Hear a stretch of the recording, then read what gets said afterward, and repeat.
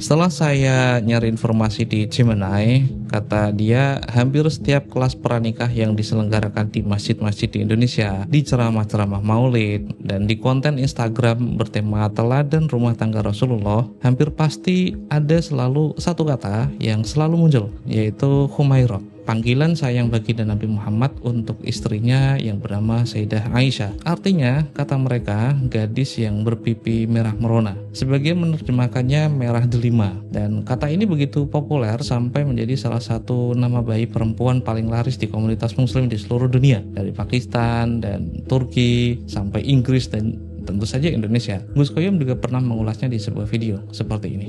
Faqala Nabi, maka Nabi berkata, Ya Humaira. Nabi itu kalau memanggil Aisyah Ya Humaira, ini banyak orang mengartikan wahai istriku yang kemerah-merahan. Salah itu. Aisyah tidak merah. Kemudian akhmar itu dua arti, merah dan putih. Semua ahli hadis sepakat Aisyah dipanggil Humaira itu jangan dimaknai merah, tapi putih.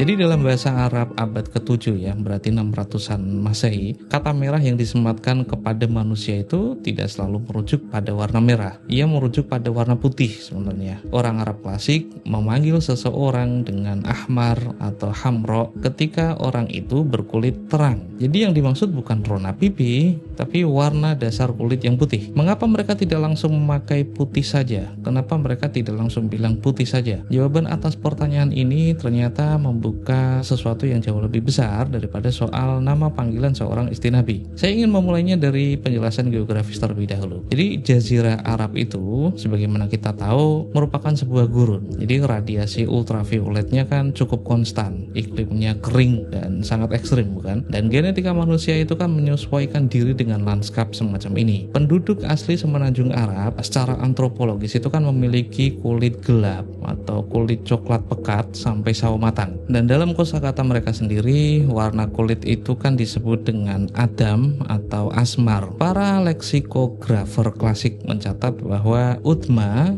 atau coklat kegelapan adalah warna dominan bagi ras Arab. Jadi ketika seseorang muncul di tengah komunitas mereka dengan kulit yang mencolok terang, orang itu kan langsung terlihat berbeda di antara yang lain. Biasanya mereka adalah orang asing, bisa jadi tawanan perang Romawi, bisa jadi budak Bizantium, bisa jadi juga pedagang di Persia. Bangsa Arab menyebut orang-orang yang berkulit terang seperti ini secara kolektif sebagai al-hamra atau komunitas atau orang-orang yang berwarna merah atau yang berkulit merah. Bukan karena kulit mereka benar-benar merah ya, tapi sepanjang hidup orang Arab yang mereka lihat hanya coklat melulu atau coklat gelap terus, kulit putih yang dialiri darah tentu saja dilihat memancarkan warna yang lebih dekat ke merah daripada putih. Nah, itu saja sudah menarik, tapi belum menjawab pertanyaan utamanya. Mengapa kata putih sendiri itu tidak langsung dipakai oleh orang Arab? Jadi dalam tradisi medis Arab kuno, kulit yang berubah putih adalah gejala penyakit yang paling ditakuti. Namanya baros, yaitu kusta tahap awal, atau ada istilah lain namanya bahak,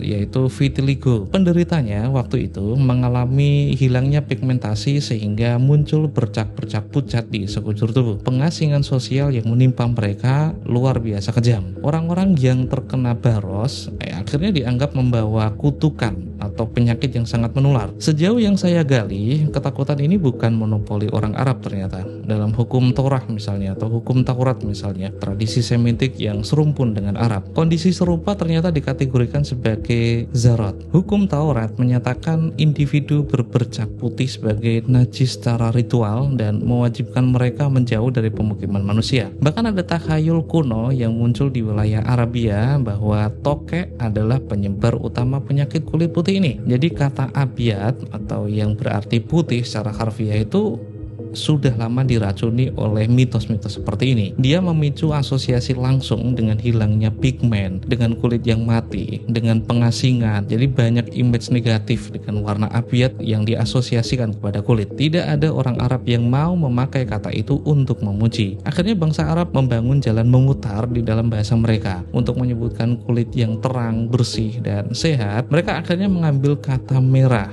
dan memakainya sebagai pengganti. Ibn Manzur mencatat aturan ini secara eksplisit dalam Lisanul Arab. Ini dikenal sebagai kamus bahasa Arab yang paling monumental. Apabila orang Arab menyebut seorang wanita dengan hamra, maka maksud mereka itu wanita itu berkulit putih. Jadi ada informasi dari Abu Ubaid Al-Qasim bin Salman, beliau adalah filolog terkemuka. Beliau menguraikan dalam Gharibul Hadis bahwa kata merah adalah metafor untuk kulit putih yang bersih dari noda. Ibn Athir dalam leksikonnya yang berjudul An-Nihaya fi Gharibul Hadis wal Athar mendefinisikan bahwa panggilan ya Humaira sebagai sapaan untuk seseorang yang berkulit putih bercampur rona kemerahan. Ibn Jauzi menambahkan dalam Kashful Mushkil bahwa menyebut wanita berkulit putih dengan istilah hamra ternyata sudah menjadi semacam konvensi verbal yang baku di kalangan bangsa Arab kuno. Jadi ada 4 macam leksikografer yang saya cek dari 4 kitab mereka yang berbeda, ya ternyata sudah sampai pada kesimpulan yang sama.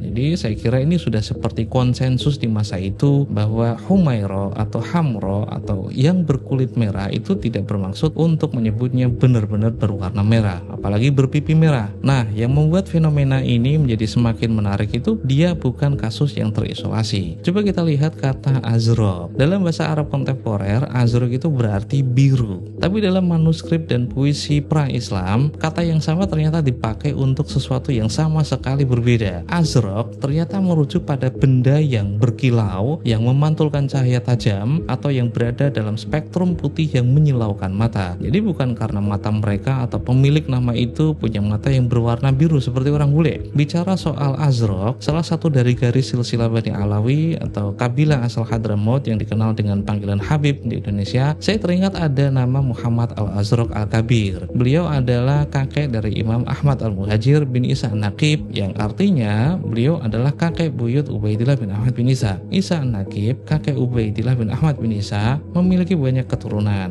dan salah satunya bernama Muhammad yang juga dijuluki dengan Muhammad Al-Azraq. Menurut dugaan saya, julukan Al-Azraq ini bukan karena mata mereka seperti orang bule yang berwarna biru. Julukan itu ya karena kulit mereka itu sangat bersih dan dilihat orang cukup berkilau, seperti maksud dari kata azraq tadi. Brand Berlin dan juga Paul Kay, seorang 2 ahli bahasa kognitif, pernah menjelaskan mengapa hal ini bisa terjadi. Dalam karya mereka yang berjudul Basic Color Terms, mereka menunjukkan bahwa bahasa-bahasa kuno tidak mengklasifikasikan warna kulit ya berdasarkan spektrum kromatik murni seperti yang kita lakukan hari ini. Jadi proses identifikasi warna pada masyarakat kuno khususnya di Arab juga bergantung pada kecerahan, pada kilau, dan pada kondisi permukaan. Jadi warna merah, biru, putih bukanlah kotak-kotak yang tetap atau pakem. Mereka adalah spektrum yang tumpang tindih dan bergeser tergantung konteksnya. Bangsa Arab abad ke-7 Masehi sebenarnya tidak sedang melihat warna seperti kita di masa sekarang melihat warna. Mereka melihatnya melalui pengalaman yang cukup berbeda. Matahari gurun yang menyilaukan, kulit gelap sebagai norma, dan ketakutan mendalam terhadap penyakit yang mengubah warna tubuh seperti baros tadi. Semua itu terukir ke dalam bahasa mereka. Kembali lagi tentang Humaira. Jadi Humaira itu bentuk tasghir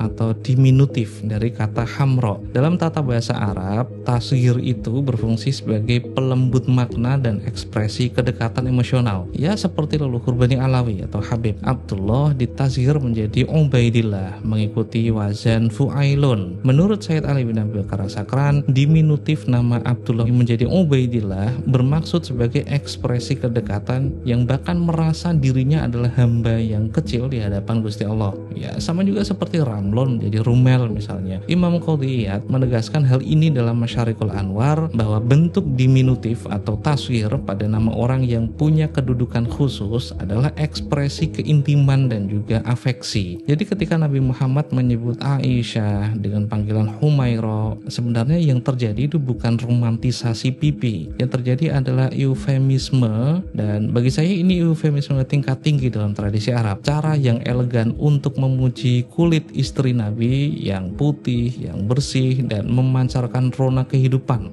sekaligus mensterilkan pujian itu dari segala asosiasi yang berkaitan dengan penyakit ya, seperti baros tadi. yang warnanya putih. Dari sini kita tahu bahwa terjemahan modern yang mengunci kata Humaira dengan berpipi merona atau kemerah-merahan adalah penyusutan makna yang ahistoris. Ia ternyata mencabut kata itu dari seluruh ekosistem linguistik dan medis yang melahirkannya di abad ke-7 Masehi, lalu menempelkannya ke standar kecantikan abad ke-21. Secara mulabas, ini Pak Menyangator, sampai jumpa.